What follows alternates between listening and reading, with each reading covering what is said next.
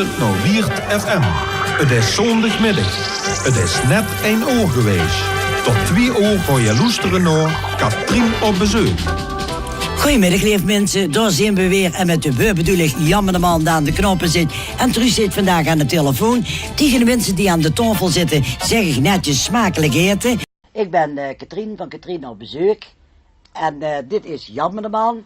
En dit is Truus. Voorin zaten we bij de Weertruizenroep. En nu ondertussen zitten we bij Weer de Van. En nou doe ik het alweer 6 jaar. Ja. Nou, dat bevalt prima. Ik ben ook bij de Weertruizenroep begonnen. Daar heb ik het bijna 10 jaar gedaan. En nu doe ik het 6 jaar bij jullie. Aan de telefoon krijg ik vaak verdrietige, leuke dingen. Mensen die huilen aan de telefoon. Dat ze iets kwijt willen. Dus het is van alles wat. Leuk, verdrietig. En dan een leuk plaatje draaien voor ze. Dat kikkert ze op. Wij vinden het leuk voor mensen blij te maken, zal ik zeggen. En ja, een leuk luisteruurtje te gunnen. En de reacties die we erop de kregen. reacties zijn enorm. De jongste luisteraar, zal ik zeggen, van ons programma, 8, 9 jaar, Koen heet die.